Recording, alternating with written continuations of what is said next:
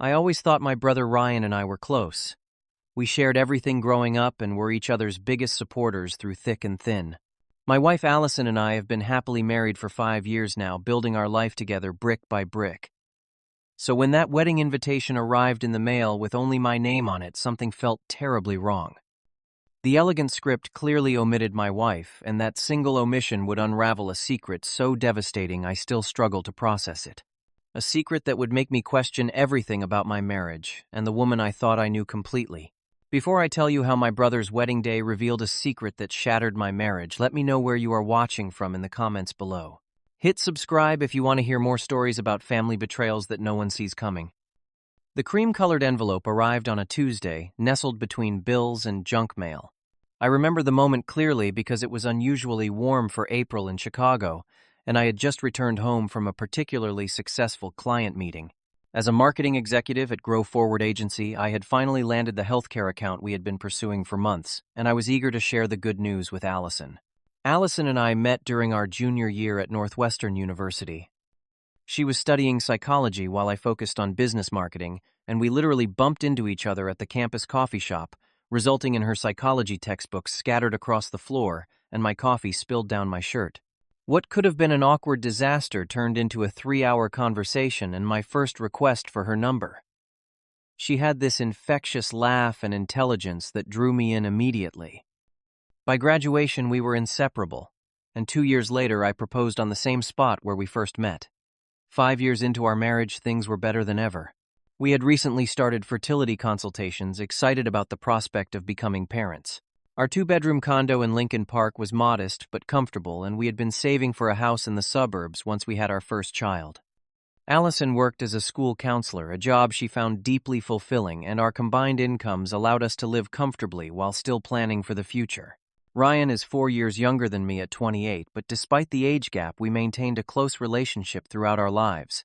As kids, I was always the one standing up to neighborhood bullies on his behalf, and as teenagers, he became my confidant when I navigated the complexities of high school social dynamics.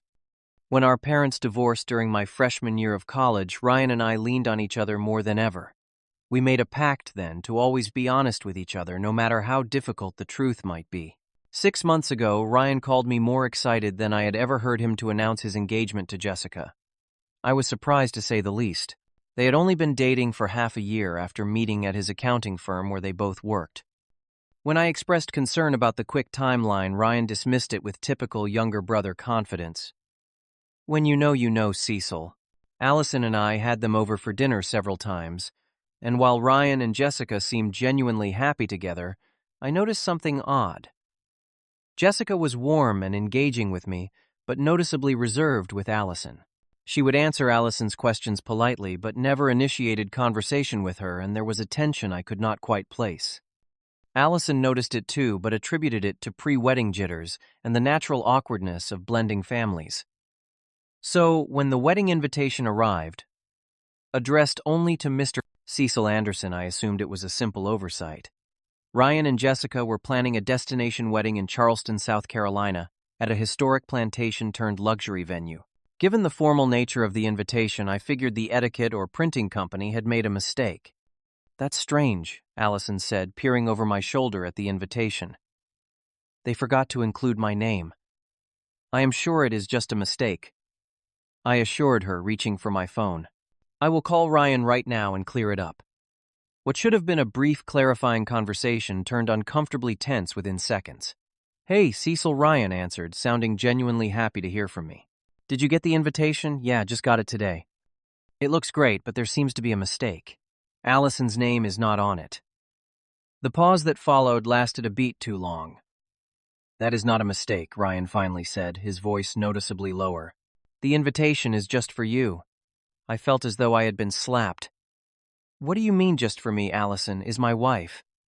I know, and I am really sorry about this, Ryan said, sounding genuinely uncomfortable.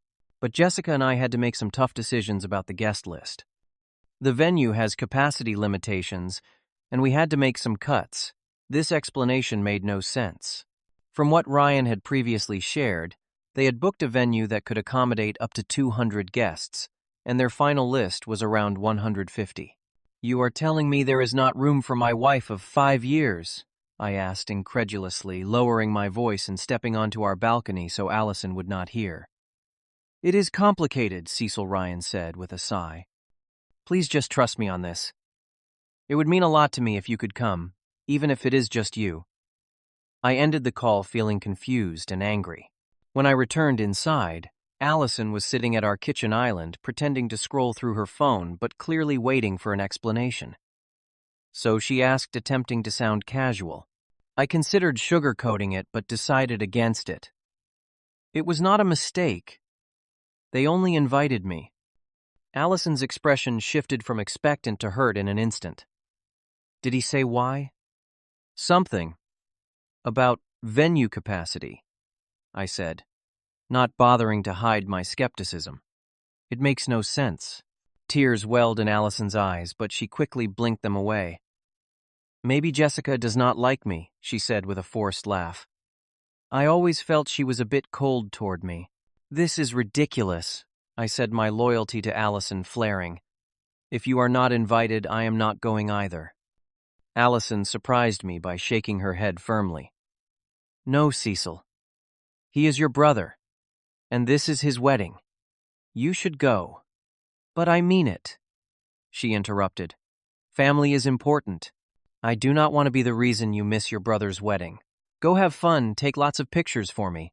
Her selflessness made me love her even more, but it also deepened my resolve to get to the bottom of this strange situation. Over the next few days, the wedding invitation sat on our counter like an unwelcome guest, creating an unspoken tension between us. Allison would sometimes stare at it when she thought I was not looking, a mixture of hurt and something else, anxiety flitting across her face. The tension began affecting other aspects of our relationship too. Our fertility consultation was put on hold by unspoken mutual agreement. Allison started working later at school, claiming end-of-year evaluations needed her attention. I found myself staying at the office longer as well, unsure how to navigate the strange new undercurrent in our marriage. 2 weeks before the wedding, I decided enough was enough. I texted Ryan and asked to meet for lunch, determined to get a straight answer from him.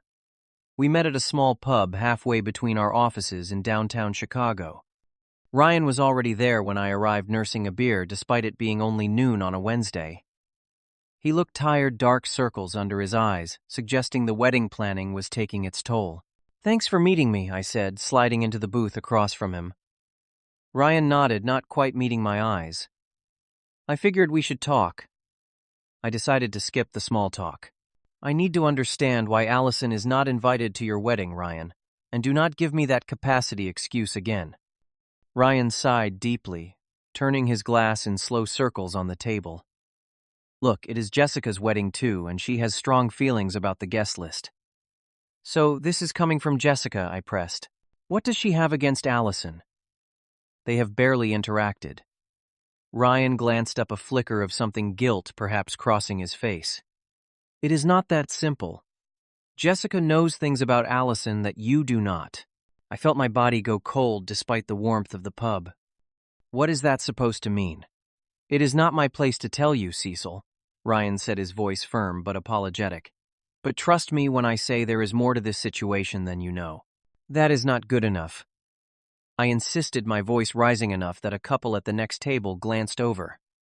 I lowered my volume but maintained my intensity. Allison is my wife. If there is something I should know about her, tell me. Ryan shook his head. This is exactly why I did not want to meet in person. I knew you would push, and I cannot be the one to tell you this. It should come from Allison. Tell me what I demanded. I have said too much already, Ryan replied, pulling out his wallet and placing enough cash on the table to cover both our drinks. I need to get back to work. I really hope you will still come to the wedding, Cecil. It would mean a lot to me. He left me sitting there confused and increasingly worried. What could Jessica possibly know about Allison that I did not? Allison and I had been together for 7 years, married for 5. We knew everything about each other, or so I thought. That evening, I called my parents, hoping they might provide some insight. My mother answered, sounding pleased to hear from me, until I brought up the invitation issue. Oh, she said, her voice immediately losing its warmth. Ryan mentioned there was some tension about the guest list. Did he tell you why Allison was excluded? I asked directly. A pause. Honey, I think this is something you need to discuss with Ryan and Jessica. Or with Allison. Even my own mother was being evasive. Mom, please. I feel like everyone knows something I do not. Cecil, she said gently, every couple has their own history and their own secrets. Sometimes the past does not stay in the past like we want it to. After hanging up, I felt even more unsettled. What was this mysterious past that everyone seemed to know about except me? The next day, I ran into my coworker Thomas, who mentioned he and his wife had received their invitation to Ryan's wedding. Looking forward to seeing you and Allison in Charleston, he said casually. Actually, Allison will not be there, I replied, watching his reaction carefully. Oh, Thomas looked genuinely surprised. That is unusual. Is everything okay? This confirmed my suspicion that the capacity excuse was complete nonsense. Thomas and his wife were friendly acquaintances, at best, certainly not closer to Ryan than my own wife should be. That weekend, while organizing our storage closet, a task I had been putting off for months, I came across an old photo album from our college days. Flipping through it, I found pictures of Allison with friends I had never met from before we started dating. In one group photo, I noticed a man with his arm around her that looked strikingly familiar, though I could not place him. When Allison came home, I casually showed her the photo. Who is this guy? I asked, pointing to the man. Allison glanced at it quickly, almost too quickly. Just a friend from my psychology program. Why? He looks familiar, I said, studying her face. Probably just one of those faces, she replied with a shrug before changing the subject. But I caught the slight tremor in her hand as she turned away. As the wedding approached, Allison became increasingly anxious. She started taking phone calls in other rooms, something she had never done before. One night, I woke around 2 a.m. to find her side of the bed empty. Following the sound of her hushed voice, I found her on our balcony phone pressed to her ear. I cannot talk about this anymore, she was saying, her voice tense. It is in the past. It has to stay there. When she noticed me standing in the doorway, she quickly ended the call. Sorry, did I wake you? It was just Laura from work having a crisis with her boyfriend. Laura, who Allison had previously mentioned, was happily married with a baby on the way. 3 days before I was set to fly to Charleston, Allison made one last attempt to dissuade me from going. Maybe you should skip it, she suggested as we prepared dinner. Ryan will understand if you are too busy with work. I thought you wanted me to go, I said, studying her carefully. I just do not want you to feel obligated, she replied, not meeting my gaze. The night before my flight, I could not sleep. Around midnight, I found myself in our storage room again, pulling out boxes of Allison's things from before we were married. In a shoebox labeled College Mementos, I found a stack of letters tied with a faded ribbon. I knew I should not read them, that this invasion of privacy crossed a line, but my need for answers outweighed my guilt. The letters were from someone named Michael Thompson, spanning what appeared to be a 2-year relationship. The final letter was dated just 3 months before Allison and I met. In it, Michael referenced their engagement and upcoming wedding plans. Engagement wedding plans. Allison had never mentioned being engaged before. Not once in 7 years. Among the letters was a small photo of Allison and Michael, and suddenly I recognized him not from the college photo album, but because he looked remarkably like a younger version of Jessica's brother, whom I had met briefly at Ryan and Jessica's engagement party. Could it be the same person? Was this the connection I had been missing? With my mind racing and sleep impossible, I repacked the box exactly as I had found it, and returned to bed, lying awake beside my sleeping wife, until dawn, wondering what other secrets she had kept from me. Charleston welcomed me with oppressive humidity and a sense of impending revelation. I checked into the hotel where the wedding party was staying, a historic building with wrought iron balconies overlooking the harbor. Despite the picturesque setting, I felt a knot of anxiety tightening in my stomach. The rehearsal dinner was scheduled for that evening at an upscale restaurant in the historic district. I arrived deliberately late, hoping to minimize awkward interactions, but Ryan immediately spotted me as I entered. "Cecil, you made it," he exclaimed, embracing me with what seemed like genuine relief. "I was not sure you would come." I said I would. I replied, returning his hug with less enthusiasm than usual. Jessica approached more cautiously, her smile not quite reaching her eyes. Thank you for coming, Cecil. It means a lot to Ryan. Not to you, though, I thought, but did not say. Throughout the dinner, I noticed people watching me with curious expressions. Jessica's parents, her bridesmaids, and especially her brother, who I now strongly suspected was the same Michael, who had once been engaged to my wife.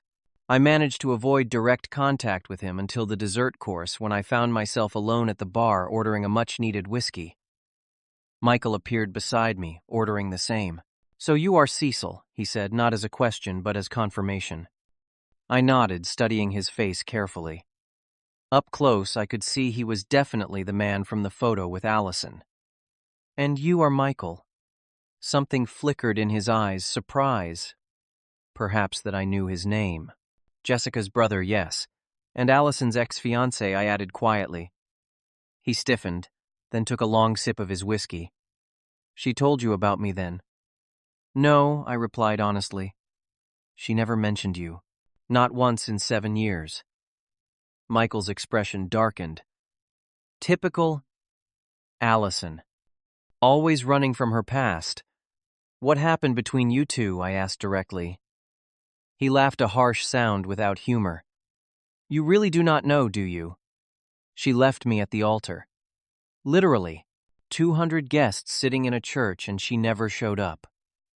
The bartender placed my whiskey in front of me, and I drank half of it in one swallow, needing the burn to ground me. When was this? I asked, though I was starting to put the pieces together myself. 5 years and 4 months ago, he said without hesitation. 3 months before she met you, from what Jessica tells me. The timeline matched the letters I had found. But there was still something missing, something that explained the specific animosity toward Allison. Why does Jessica hate Allison so much? I asked. Just because she hurt her brother years ago. Michael studied me for a moment, seeming to decide how much to reveal. Jessica does not hate Allison. She fears her. She is afraid Allison will somehow ruin her wedding like she ruined mine. He paused, swirling the amber liquid in his glass. And there is the small matter of Allison dating you while she was still engaged to me. The room seemed to tilt slightly. That is not possible. Allison and I met in March. If you were supposed to get married in January, December 28th, Michael corrected. And Allison and I were together on December 27th, finalizing details for our honeymoon. But according to mutual friends, she had already been seeing you for at least 3 weeks by then. I shook my head, trying to reconcile this information with my understanding of how Allison and I had met. No, that does not make sense. We met by chance at a coffee shop. Did you, Michael? Asked, raising an eyebrow. Because Allison does not drink coffee. Never has. She is severely sensitive to caffeine. This was true. Allison had always been strictly a tea drinker, claiming coffee made her jittery and gave her migraines. Why was she in a coffee shop then? I asked, more to myself than to Michael. You should ask her that, he replied, finishing his drink. Congratulations on 5 years of marriage, by the way. You lasted longer than I would have predicted. Con 2. As Michael walked away, Ryan appeared at my side, looking concerned. What did Michael say to you? The truth, I think I answered. Something you should have told me yourself. Ryan's shoulders slumped. I wanted to Cecil, but it was not my story to tell. She was engaged when we met Ryan. Did you know that? He nodded reluctantly. I found out when Jessica and I started dating. Michael is her younger brother. When Jessica showed me pictures of her family, I recognized Allison immediately from photos Michael still had. Why did you not tell me then? I demanded. What good would it have done? Ryan countered. You were already 5 years into your marriage. I figured if Allison had not told you about Michael, she had her reasons. So instead you excluded my wife from your wedding to protect Jessica's brother's feelings. Ryan ran a hand through his hair, a nervous habit from childhood. Jessica was afraid there would be drama.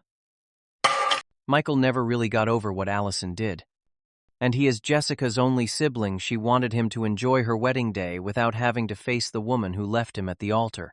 Put that way, I could almost understand the decision, though it still felt like a betrayal from my brother. You should have been honest with me from the beginning. Would you have come if I had told you the real reason, Ryan asked? I honestly did not know the answer to that. After the rehearsal dinner, I returned to my hotel room, my mind swirling with revelations. I called Allison, needing to hear her voice, even as I dreaded the conversation we needed to have. How was the dinner, she asked, her voice overly bright. Interesting, I replied. I met Jessica's brother, Michael. He seems to know you. The silence that followed was deafening. Cecil, she finally said, her voice trembling. Whatever he told you, is it true you were engaged to him? I interrupted. Another long pause. Yes, she admitted. But it was over before you and I. Were you still engaged when we met, Allison?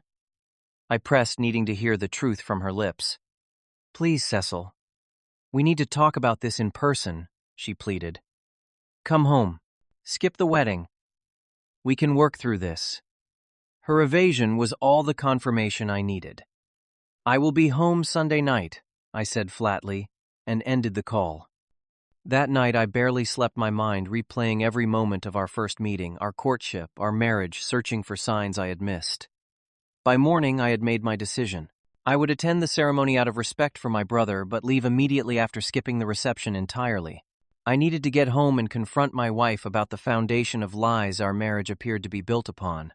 The flight home from Charleston was the longest 3 hours of my life. I had attended the ceremony as planned, keeping to myself and avoiding both Michael and any attempts by Ryan to engage in deeper conversation. I offered quick congratulations to the newly married couple, then made my escape, citing a work emergency. All the while, my phone had been lighting up with texts and missed calls from Allison. I had responded only enough to let her know when my flight would land, not trusting myself to have this conversation while thousands of feet in the air. As the plane touched down in Chicago, I felt a strange calm settle over me. The shock and betrayal had crystallized into a determined need for truth, no matter how painful. Allison was waiting for me at our condo, sitting rigid on the edge of our sofa, her face pale and eyes red-rimmed from crying. Cecil, she began as soon as I walked through the door. Please let me explain. I set my suitcase down and took a seat across from her, maintaining physical distance. I am listening. She took a deep, shuddering breath. Yes, I was engaged to Michael before I met you.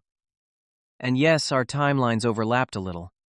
But I need you to understand, it was already over in my heart when I met you. Why did you never tell me about him? I asked. About any of it, tears spilled down her cheeks. I was ashamed, Cecil. Ashamed of staying in a relationship that was slowly suffocating me. Michael was controlling in ways I did not fully recognize until I was already committed to marrying him. He isolated me from friends, criticized my career choices, planned our future without consulting me. So you left him at the altar. 200 people waiting in a church, Allison. She flinched. I know it was cowardly. I should have ended things sooner. Should have been brave enough to face him. But every time I tried to break it off, he would manipulate me into staying. The wedding date kept getting closer and I felt trapped. Then I met you, and for the first time I saw what a healthy relationship could be. You deliberately sought me out, I said, remembering Michael's comment about the coffee shop. That meeting was not accidental, was it?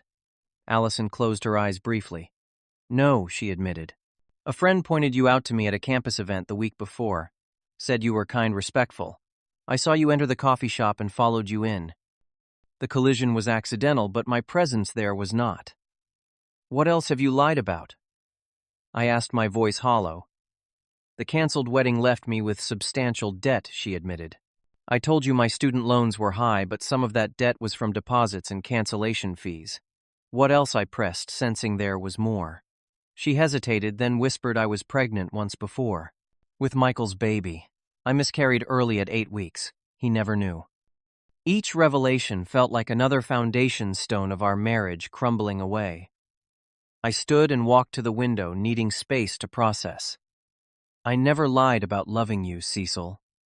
Allison said, her voice breaking. Everything between us has been real. I just could not bear for you to know how broken I was, when we met how desperate I was to escape my past. I turned to face her. But that past is part of who you are, Allison.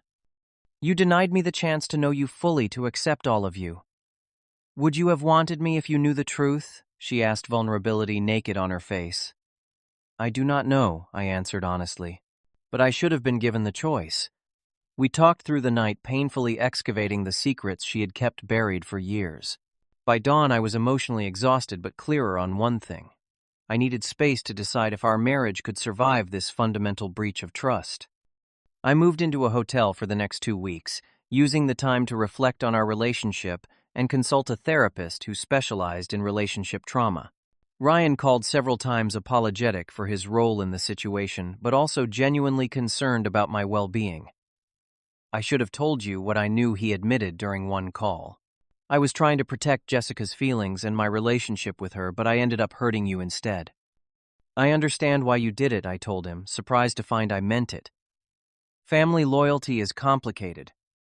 Slowly, I began to distinguish between my feelings about Allison's past actions and her decision to hide them from me. The former, I could understand. We all make mistakes, especially when trapped in toxic relationships. The latter was the true betrayal, 5 years of marriage without the foundation of complete honesty. After 3 months of separation and intensive couples therapy, Allison and I reached a turning point. Our therapist helped us establish new patterns of radical honesty and rebuild trust incrementally. We learned that relationships require not just love, but a willingness to be fully known, even the parts we are ashamed of. 6 months after Ryan's wedding, I moved back home on a trial basis. We were effectively starting our relationship over this time with full disclosure and clear boundaries. Allison had done individual therapy to address her pattern of avoidance, while I worked on my tendency to idealize rather than truly see the people I loved. Today, 1 year later, our marriage is different but stronger. We postponed our family planning to focus on healing our relationship first. Ryan and Jessica have become more comfortable around us, even inviting both of us to their housewarming party last month. Michael, I heard, has moved to Seattle for work, creating a helpful distance for everyone involved. The most profound lesson I learned through this ordeal is that relationships cannot thrive in darkness. Secrets poison love more effectively than the truth ever could. The pain of honest revelation, though intense, is also finite, unlike the endless damage of sustained deception. Trust once broken never quite reforms in the same shape. But sometimes what replaces it can be stronger, more resilient, because it has survived being shattered. Allison and I are building that new trust every day, with eyes wide open to both the beauty and flaws in each other. Have you ever discovered a partner was keeping significant secrets? Share your experience in the comments below. If this story resonated with you, please like and subscribe for more real stories about rebuilding trust after betrayal. Do not forget to share this video with someone who might need to hear that relationships can survive even the deepest betrayals if both people are committed to healing. Thank you for listening to my story, and remember that sometimes the hardest conversations lead to the strongest relationships.